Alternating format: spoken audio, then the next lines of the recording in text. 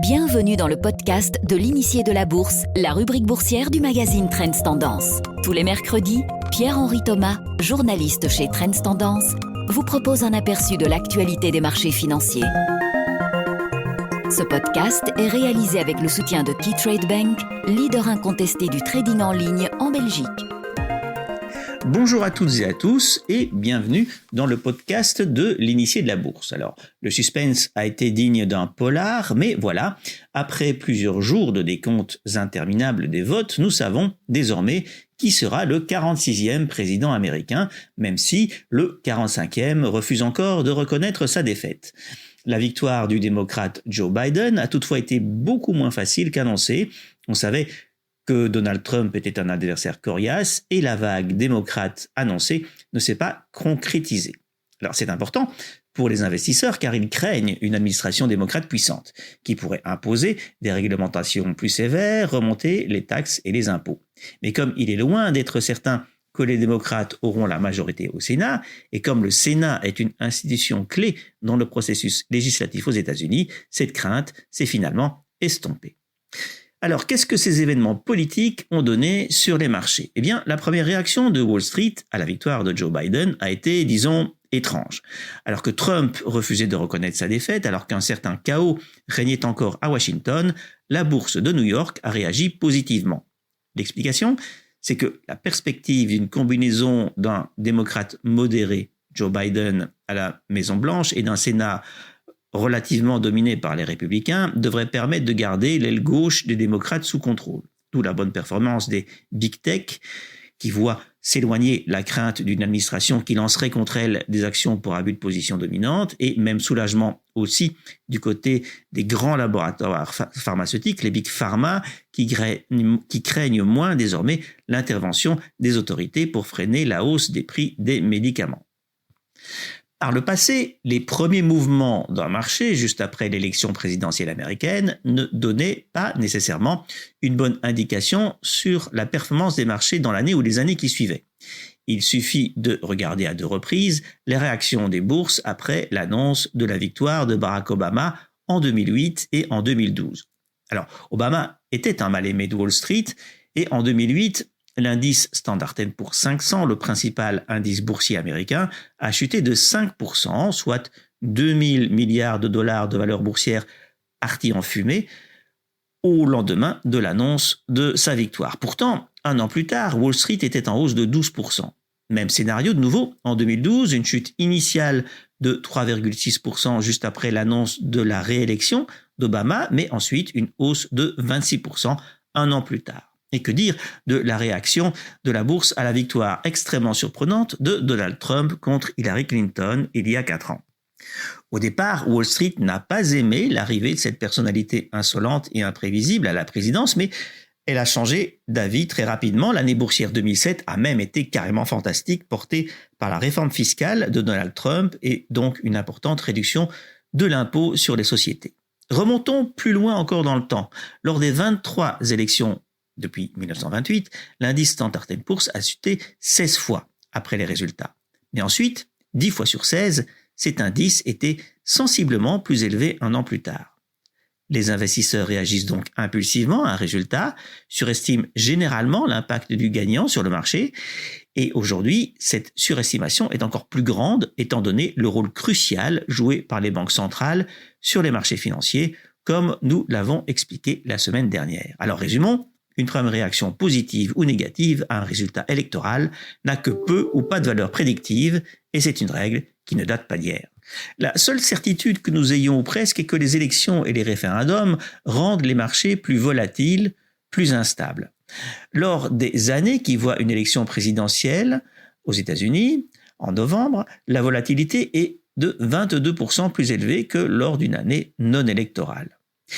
Et pour finir, tordons aussi le cou à un canard qui voudrait que la couleur politique du président ait une influence sur la bourse. Depuis 1928, l'augmentation moyenne des actions américaines lors d'un mandat démocrate a été de 27,7%. Eh bien, c'est quasiment la même performance qui a été réalisée par la bourse sous une présidence républicaine avec une progression de 27,3%. Que le président américain soit rouge, couleur des républicains, ou bleu, couleur des démocrates, finalement, ça n'empêche pas Wall Street de voir généralement la vie en rose. La parole est maintenant à l'expert de Keytrade Bank avec une analyse de l'actualité économique et financière. L'élection américaine est terminée et cette année encore, elle aura fait mentir la grande majorité des prévisionnistes.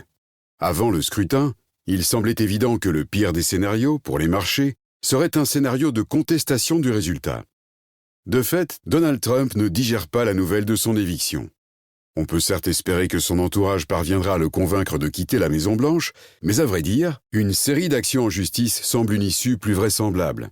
Tout cela n'a pas empêché les bourses de repartir à la hausse, alors que de nombreux experts avaient prédit leur recul, ce qui prouve, si besoin était, qu'il est pratiquement impossible d'anticiper les mouvements boursiers dans un contexte d'élection. Toutes les opinions exprimées à cette occasion doivent être prises pour ce qu'elles sont, une distraction.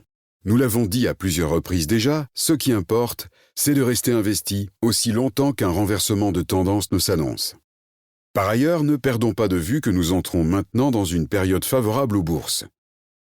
Souvenez-vous du célèbre dicton qui conseille de vendre en mai, puis de partir. À la période mai-octobre succèdent désormais les mois de novembre à avril, souvent la meilleure plage pour investir. Nous pourrions presque dire « vendez en mai et partez, mais n'oubliez pas d'acheter en novembre ». Souvenons-nous de surcroît que cette année, le printemps et l'été se sont montrés favorables à beaucoup de marchés. Peu d'indices ont en effet subi de lourdes pertes.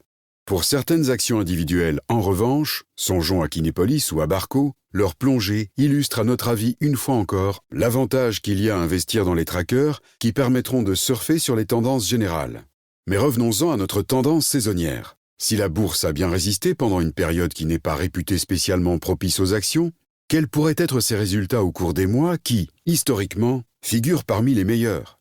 Nous restons donc investis en actions et nous continuons à préférer les marchés boursiers américains, tout comme ceux des pays émergents. Les bourses ont du reste bien entamé le mois de novembre.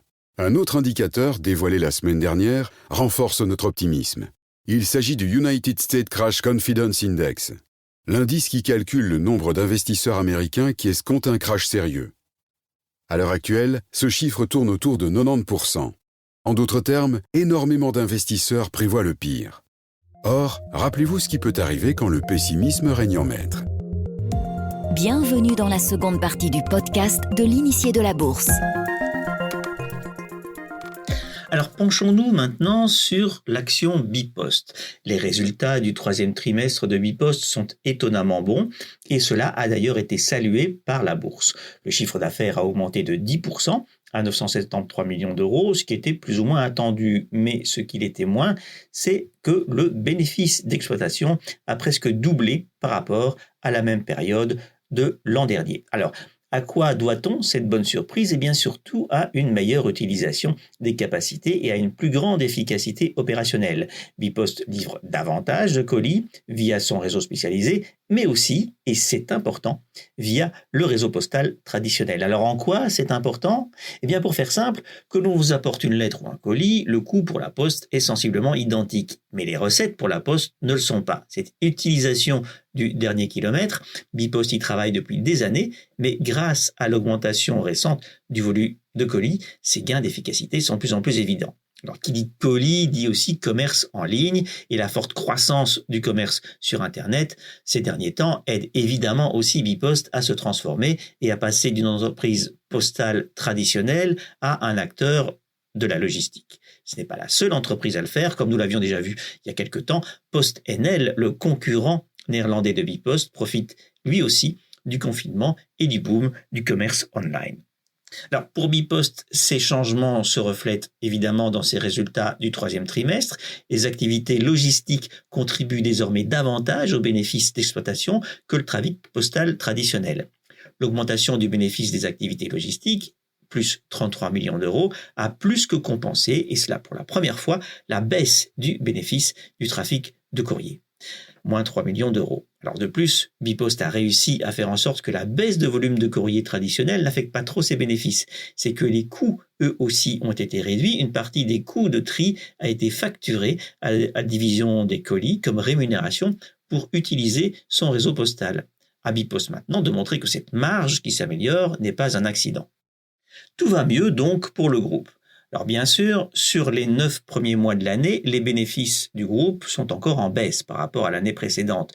Mais il est clair que les résultats dépendent de moins en moins du marché postal, qui est en déclin, et sont portés de plus en plus par la vague des activités logistiques, qui, elle, est en pleine croissance. Tout cela permet donc à Bipost d'améliorer ses perspectives pour l'ensemble de l'année. Au lieu d'un bénéfice d'exploitation qui avait été ajusté vers le bas à 207 millions d'euros, Bipost vise maintenant un minimum de 270 millions d'euros.